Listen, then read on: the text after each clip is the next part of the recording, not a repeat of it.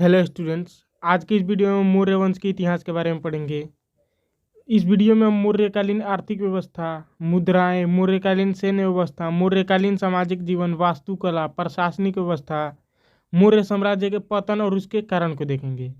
हालांकि इससे पहले मैंने राजाओं के इतिहास के बारे में पढ़ा रखा है, यानी कि मौर्यकालीन राजाओं के बारे में पढ़ा रखा है, जैसे कि चंद्रगुप्त मौर्य, बिंदुसार, अशोक, इन सभी के बारे में पढ़ा रखा है। और ये जो टॉपिक है यानी कि मौर्यकालीन आर्थिक व्यवस्थाएं, मुद्राएं, मौर्यकालीन सैन्य व्यवस्था, ये सभी राजाओं को फिट हो जाती है। यानी कि मौर्यकालीन आर्थिक व्यवस्था ये सभी राजाओं के समय एक ही थी। मौर्यकालीन मुद्राएं ये सभी राजाओं के समय एक ही थी। सैन्य व्यवस्था ये भी सभी राजाओं के साथ सामने एक ही थी। तो इसे हम लोग एक ही टॉपिक में कवर कर लेंगे, आपको कोई कंफ्यूजन नहीं होगा। तो चलो देखते हैं। सबसे पहला टॉपिक हो जाता है हमारा मौर्यकालीन आर्थिक व्यवस्था। मौर्यकालीन आर्थिक व्यवस्था सबसे पहला टॉपिक है, तो चलो देखते हैं। इस समय अर्थव्यवस्था का मुख्य आधार क्या क्या था? तो कृषि था, पशुपालन था और कारखाना था। यानी कि मौर्य काल में कारखाना, कृषि और पशुपालन आर्थिक व्यवस्था का आधार था। लेकिन इन तीनों व्यवसायों में कृषि जो था वो सबसे प्रमुख था। तो आपको याद रखना है, अर्थशास्त्र में धान की फसल को सबसे अच्छी बताया गया है और गन्ने की फसल को सबसे निकृष्ट यानी कि खराब बताया गया है। राज्य की ओर से सिंचाई की समुचित प्रबंध था। दूसरा है, राज्य की ओर से सिंचाई का समुचित प्रबंध था, इसे सेतुबंध कहा गया। राज्य की ओर से सिंचाई का समुचित प्रबंध था, यानी कि राजा लोगों को सिंचाई के लिए प्रबंध करवाती थी। वो तालाब का निर्माण करा देती थी, कुएं का निर्माण करा देती थी, झीलों का निर्माण करा देते थे, इसे हम सेतुबंध कहते थे। इत्यादि कार्य थे। यानी कि सेतुबंध के अंतर्गत तालाब, कुएं तथा झील इत्यादि कार्य आते थे, जो कि राजा द्वारा जनता को प्रोवाइड कराया जाता था। अब अगला टॉपिक हो जाता है हमारे मौर्य काल में सरकारी भूमि, यानी कि जो राजा की भूमि थी उसे सीता भूमि कहा जाता था। राजा की भूमि को सीता भूमि कहा जाता था। अब राजा की भूमि पर या तो जनता खेती कर लेती थी और राजा को टैक्स के रूप में अनाज दे दिया करती थी, या फिर राजा की जमीन पर बस जाया करती थी और उसे टैक्स देती थी। और इसी सरकारी भूमि को हम लोग सीता भूमि कहते थे। तथा निजी भूमि, जनता की जो अपनी भूमि थी, उसे भाग कहा जाता था। बिना वर्षा अच्छी खेती को अदेव मात्रक कहा जाता था। मौर्य काल में यदि बिना वर्षा नहीं हुई और किसी किसान का अच्छा फसल हो गया तो उसे अदेव मात्रक कहा जाएगा। मौर्य काल में भूमि के उत्पादन का 1/6 भाग टैक्स लिया जाता था, या फिर 1/4 भाग टैक्स लिया जाता था। अब ये दो क्यों लिखा है? तो देखो यहाँ पे दो दो प्रकार से क्यों लिखा गया है। तो 1/6 भाग जो लिखा है ये तो कौटिल्य के अनुसार, कौटिल्य के एक अर्थशास्त्र मिला है, उसके अनुसार मौर्य काल में 1/6 भाग टैक्स लिया जाता था। लेकिन मेगास्थनीज का एक पुस्तक मिला है इंडिका, उसमें लिखा गया है कि नहीं, मौर्य काल में 1/6 भाग टैक्स नहीं लिया जाता था, 1/4 भाग लिया जाता था। तो अब कौन सही है इसे इतिहासकार अभी पता नहीं लगा पाए हैं, हालांकि दोनों को अभी सही मानकर चला जाता है। बिक्री कर मूल्य का 10वां भाग होता था। यानी कोई दुकानदार अपना सामान बेच दिया और उसके से टैक्स लेना होता था, तो उसके मूल्य का 10वां भाग टैक्स लिया जाता था। तो अब आगे देखते हैं। भूमि माप वाले कर को रज्जू कहा जाता था। यानी कि जो आपको भूमि है, जितनी आपकी एरिया में भूमि है, आपकी मान लीजिए यहाँ तक भूमि है, इतनी एरिया में भूमि है, तो यहाँ तक की एरिया को मापी जाएगी आपकी एरिया कितनी है और इतना कर लिया जाएगा। आपकी भूमि जितना ज़्यादा होगी कर उतना ज़्यादा होगा। तो यहीं पे लिखा है भूमि माप वाले कर को रज्जू कहा जाता था। लेकिन धार्मिक कर को क्या कहा जाता था? तो बलि कहा जाता था। चारागाह कर को विविध कहा जाता था। अकाल के समय कोई कर नहीं लिया जाता। तो इन सभी पॉइंट को आपको याद रखना है कि किस किस कर को क्या कहा जाता था। तो अब आगे देखते हैं मौर्यकालीन मुद्राएं, अगला टॉपिक हो जाता है हमारा। तो चलो इसे भी देख लेते हैं। तो मौर्य काल की राजकीय मुद्रा को पण कहा जाता था। मौर्य काल की जो राजकीय मुद्रा थी उसे पण कहा जाता था। पण एक चांदी का सिक्का हुआ करता था। मुद्राओं के परीक्षण करने वाले अधिकारी को रुद्र दर्शन कहा जाता था। अब मुद्राएं नकली है या फिर असली है ये तो परीक्षण करने के बाद ही पता चलेगा। और परीक्षण करने वाले जो अधिकारी होते थे उन्हें क्या कहा जाता था? तो रुद्र दर्शन कहा जाता था। आगे देखते हैं। अब अगला पॉइंट है, इस समय सोने के सिक्के को स्वर्ण एवं निष्क कहा जाता था। अब जो सोने के सिक्के थे वो 2 टाइप में थे, पहला था स्वर्ण और दूसरा था निष्क। और तांबे के सिक्के को मास्क या काकनी कहा जाता था। अब आगे देखते हैं, अगला टॉपिक है। अब अगला टॉपिक है मौर्यकालीन सैन्य व्यवस्था। तो सैन्य व्यवस्था के बारे में देखते हैं। यानी कि मौर्य काल में सैनिकों की किस तरीके से व्यवस्था होती थी। तो चलो देखते हैं। तो मौर्य काल में अस्थायी तथा अस्थायी दो प्रकार के सैनिक रहते थे युद्ध क्षेत्र में, यानी कि अस्थायी और अस्थायी समझो यहाँ पे। तो देखो अस्थायी यानी कि जो राजा के महल में ही रहते थे, वो हमेशा राजा के पास ही रहते थे और मतलब वो घर नहीं जाते थे, हमेशा राज दरबार में ही रहते थे और राजा की सेवा किया करते थे। और अस्थायी यानी कि ये ज्वाइन किए, सैनिक ज्वाइन किए और अपने मर्जी से छोड़ भी देते थे और ज्वाइन भी कर लेते थे। तो ये होता था अस्थायी और अस्थायी। युद्ध क्षेत्र में सेना का नेतृत्व करने वाला अधिकारी नायक कहलाता था। यानी कि जब युद्ध होता था और उस समय जो सेना का नेतृत्व, सभी सैनिकों का नेतृत्व करने वाला सेना एक प्रमुख होता था, उस प्रमुख सेना को नायक कहा जाता था। मौर्यकालीन सेना नंदवंशीय सेना से 3 गुना अधिक थी। अब आपको भी पता होगा, पहले वाली वीडियो मेरा देखा होगा तो आपको पता होगा कि मौर्य काल के पहले नंद वंश हुआ करता था और नंद वंश को किसने समाप्त कर दिया? तो चंद्रगुप्त मौर्य ने, और मौर्य वंश की स्थापना की। तो नंद वंश की जो सेना थी वो मौर्य काल से 3 गुना कम थी और नंद वंश की सेना से 3 गुना अधिक थी मौर्य काल की सेना। तो यही पॉइंट है कि मौर्यकालीन सेना नंदवंशीय सेना से 3 गुना अधिक थी। अब अगला है, प्लिनी नामक यूनानी लेखक के अनुसार चंद्रगुप्त मौर्य की सेना में 6 लाख पैदल सिपाही हुआ करते थे। यानी कि 6 लाख पैदल सिपाही थी चंद्रगुप्त मौर्य की सेना में। ये सिर्फ चंद्रगुप्त मौर्य की बात हो रही है यहाँ पे। पैदल सिपाही थे और 30,000 घुड़सवार और 9,000 रथ थे। इतने सारे सैनिक थे सिर्फ चंद्रगुप्त मौर्य के पास। प्लूटार्क के अनुसार चंद्रगुप्त मौर्य के पास 6 लाख सेना थी, जिसकी मदद से चंद्रगुप्त मौर्य ने पूरे भारत पर अपना कब्जा किया। अब प्लूटार्क नामक एक इतिहासकार है, वो बोलते हैं कि चंद्रगुप्त मौर्य के पास 6 लाख सेना थी और इन 6 लाख सेना की मदद से चंद्रगुप्त मौर्य ने पूरे भारत पर अपना कब्जा किया। तो अब अगला पॉइंट देखते हैं। अब नेक्स्ट पॉइंट है कि मेगास्थनीज ने भी मौर्य साम्राज्य के सैन्य प्रशासन का वर्णन किया है। यहाँ पे मेगास्थनीज था एक यूनानी लेखक जो कि चंद्रगुप्त मौर्य के दरबार में आया था। अब यहाँ पे मेगास्थनीज ने सैन्य प्रशासन का वर्णन किया चंद्रगुप्त मौर्य के दरबार में रहकर। मेगास्थनीज के अनुसार मौर्य के साम्राज्य के किसी एक सैन्य विभाग में कुल 30 सदस्य थे। यह 5-5 सदस्यों की 6 समिति में बटे थे। अब यहाँ पे मेगास्थनीज कहता है कि मौर्य साम्राज्य में तो मानते हैं कि 6 लाख सैनिक है। मेगास्थनीज ने भी यह दावा किया कि मौर्य साम्राज्य में 6 लाख सैनिक थे जो कि 30-30 सदस्यों में विभाजित थे। 6 लाख सैनिक एक ही जगह पे तो रहेंगे नहीं, 6 लाख सैनिक अब एक जगह पे रहेंगे नहीं, वे 30-30 सैनिक में विभाजित थे। यानी कि एक जगह पे 30 सैनिक रहते थे, एक जगह पे 30 सैनिक रहेंगे, एक जगह पे 30 सैनिक रहेंगे और ये 5 सदस्यों की समिति में बटे थे। यानी कि अब उन 30 सैनिकों में भी 5 प्रकार के सैनिक रहते थे। तो देखो 5 प्रकार कौन कौन से सैनिक रहते थे? 30 सैनिक 5 प्रकार। जल सेना की व्यवस्था करते थे। प्रथम समिति में जल सेना की व्यवस्था करती थी। अब द्वितीय समिति सामग्री यातायात एवं राशन की व्यवस्था करती थी। तीसरी समिति पैदल सैनिकों की देखरेख करती थी और जो तीसरी समिति थी वो जो पैदल चला करते थे उनकी देखरेख करने के लिए तीसरी समिति थी। चौथी समिति थी कि अश्वरोहियों की सेना की व्यवस्था करती थी। अश्व जाने की रास्ता बनाती थी ये चौथी समिति। अब घोड़े जाने के लिए कहीं रास्ता नहीं है, कांट है या फिर कुछ है, तो वो चौथी समिति इसकी देखरेख करेगी।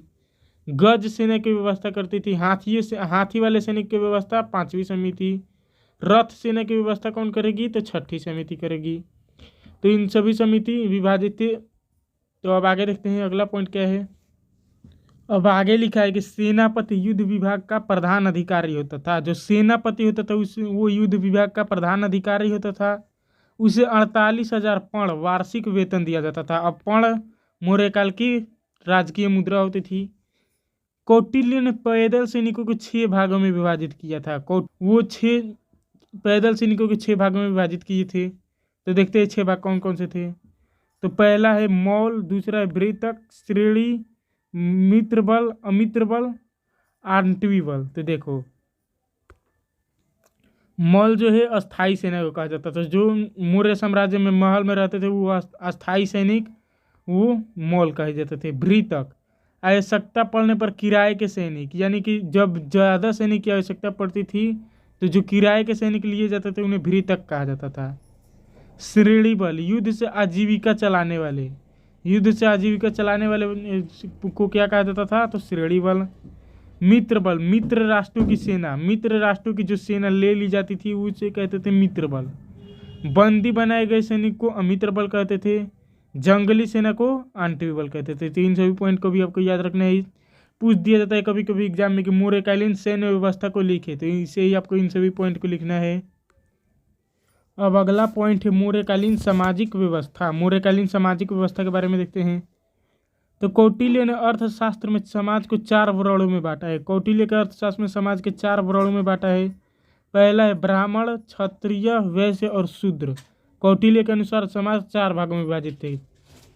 कौटिल्य ने शूद्रों में भी कोई भेदभाव नहीं किया। कौटिल्य जो थे वो शूद्रों में भी कोई भेदभाव नहीं की और शूद्रों को भी आर्य कहा, यानी कि शूद्र भी ऊंची जाति के हैं। कौटिल्य के अनुसार शूद्र भी सेना में भर्ती हो सकते थे और शिल्प, व्यापार, कृषि, पशुपालन इत्यादि कार्य कर सकते थे। यानी कि कौटिल्य, सभी का एक बात है कि कौटिल्य शूद्रों में भेदभाव नहीं करते थे। मेगास्थनीज ने भारतीय समाज को 7 भागों में विभक्त किया है। मेगास्थनीज के अनुसार भारतीय समाज 7 भागों में विभक्त थे और कौटिल्य के अनुसार भारतीय समाज 4 भागों में विभक्त थे। मेगास्थनीज के अनुसार दार्शनिक, अहिर, किसान, सैनिक, कारीगर और निरीक्षक सभा, ये 7 भाग थे। और कौटिल्य के अनुसार ब्राह्मण, क्षत्रिय, वैश्य और शूद्र, ये 4 भाग थे। तो ऐसे आपको याद रखना है। मौर्य काल में ब्राह्मणों को अत्यधिक सम्मान था, यानी कि मौर्य काल में ब्राह्मण का जो था वो बहुत ज़्यादा सम्मान किया जाता था। अशोक ने 11वें शिलालेख में आदेश दिया कि ब्राह्मणों को कोई ना सताएं। अब ये जो अशोक का 11वां शिलालेख है, इसका क्या मतलब है ये आप नहीं जानते होंगे, तो मैंने उस वीडियो का लिंक डिस्क्रिप्शन में दे दिया, आप देख सकते हो। मौर्य काल में स्त्रियों का, क्योंकि यदि मैं यहाँ पे बताने बैठूँ तो वीडियो बहुत ही लंबा हो जाएगा। अशोक को, चंद्रगुप्त मौर्य को, बिंदुसार को, इन सभी के बारे में मैंने पहले वीडियो बना रखा है, आप देख सकते हो पहले वाली वीडियो को। मौर्य काल में स्त्रियों की स्थिति अच्छी थी। मौर्य काल में स्त्रियों की भी स्थिति अच्छी थी। मौर्य काल में स्त्रियों को प्रतिदंडित नहीं किया जाता था। स्त्रियां पुनर्विवाह कर सकती थी, स्त्रियों को पुनर्विवाह करने की अनुमति थी। इस समय जो विधवा स्वतंत्र रूप से जीवन यापन करती थी उसे छंद वासिनी कहा जाता था।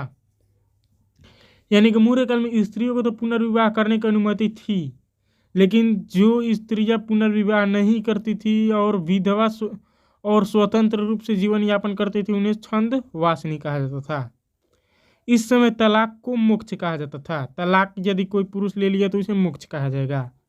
मौर्य वंश में पहली बार लोगों के जन्म एवं मृत्यु का पंजीयन किया गया था। यानी कि इस समय भी बनाया जाता है ना कि जन्म प्रमाण पत्र, मृत्यु प्रमाण पत्र बनाया जाता है, तो मौर्य वंश से ही ये परंपरा चली आ रही थी कि मौर्य वंश में ही लोगों को जन्म प्रमाण पत्र, मृत्यु प्रमाण पत्र ये बनवाने जाने लगा मौर्य वंश से ही। तो अब आगे देखते हैं। अब अगला है कि मौर्य काल में पाटलिपुत्र नगर को विश्व के नगरों की रानी कहा गया है। विश्व के नगरों को रानी कहा गया शायद इसलिए कि पाटलिपुत्र विश्व के सभी नगरों में सर्वश्रेष्ठ था। उस समय पाटलिपुत्र नगर विश्व के सभी नगरों में सर्वश्रेष्ठ था, इसलिए इसे विश्व के नगरों को रानी कहा गया है। मौर्य काल में पाटलिपुत्र नगर को विश्व के नगरों की रानी कहा गया है। अब अगला टॉपिक है मौर्यकालीन प्रशासनिक व्यवस्था। तो चलो इसे भी देख लेते हैं मौर्यकालीन प्रशासनिक व्यवस्था के बारे में। तो मौर्यकालीन प्रशासन केंद्रीकृत शासन था। मौर्यकालीन प्रशासन केंद्रीकृत शासन था, यानी कि यहाँ हमेशा राजा का आदेश का पालन किया जाएगा। राजा यहाँ का प्रमुख था। राजा को सलाह देने के लिए मंत्रिपरिषद होते थे, यानी कि राजा को मंत्रिपरिषद की सलाह माननी पड़ती थी। राजा की सलाह देने के लिए मंत्रिपरिषद होते थे। अब एक और पॉइंट है जो कि नहीं लिखा गया है। अब जो राजा था वो तो केंद्रीकृत शासन था मौर्य काल में, सभी लोगों को राजा की सलाह माननी पड़ती थी। लेकिन यदि राजा मंत्रिपरिषद की सलाह नहीं मानेगा तो मंत्रिपरिषद राजा को हटा भी सकते थे, यानी कि वो अपना दूसरा राजा चुन सकते थे। मौर्य काल में ये अनुमति थी। तो अब आगे देखते हैं। अशोक के समय प्रशासन की सबसे छोटी इकाई ग्राम थी। अब जो अशोक के शासनकाल में प्रशासन की सबसे छोटी इकाई थी वो कौन थी, तो ग्राम थी। और प्रशासन की सबसे बड़ी इकाई राजा होता था। ग्राम का मुखिया ग्रामिक कहलाते थे। अब जो ग्राम के मुखिया होते थे वो कौन कहलाते थे? तो ग्रामिक कहलाते थे। अब अगला पॉइंट देख लेते हैं। अब अगला है मौर्य साम्राज्य का पतन, यानी कि मौर्य साम्राज्य का पतन कहाँ पर जाकर होता है वो देखते हैं। मौर्य साम्राज्य तो हालांकि बहुत विस्तृत साम्राज्य था, बहुत लंबे समय तक भी चला, लेकिन इसका पतन कहाँ हुआ वो देखो। तो अशोक के बाद मौर्य उत्तराधिकारियों का नाम स्पष्ट प्राप्त नहीं होते हैं, यानी कि मौर्य साम्राज्य का जो लास्टली शासक था वो अशोक था। इसके बाद मौर्य साम्राज्य के जो उत्तराधिकारी हैं उनके नाम स्पष्ट प्राप्त नहीं होते हैं, लेकिन कुछ स्रोतों से बृहदत्त के नाम प्राप्त हुए हैं। यानी कि ऐसा माना जाता है कि अशोक के बाद भी एक मगध पर शासन करने वाला राजा हुआ, वो कौन था? तो बृहदत्त हुआ। बृहदत्त मौर्य वंश का अंतिम शासक था। उसके ब्राह्मण सेनापति पुष्यमित्र शुंग ने 185 ईसा पूर्व में उसकी हत्या कर एक नए वंश शुंग वंश की नींव डाली। अब यहाँ पे देखो, बृहदत्त एक अयोग्य शासक था और उसका एक सेनापति था, कौन था? तो वो ब्राह्मण सेनापति था।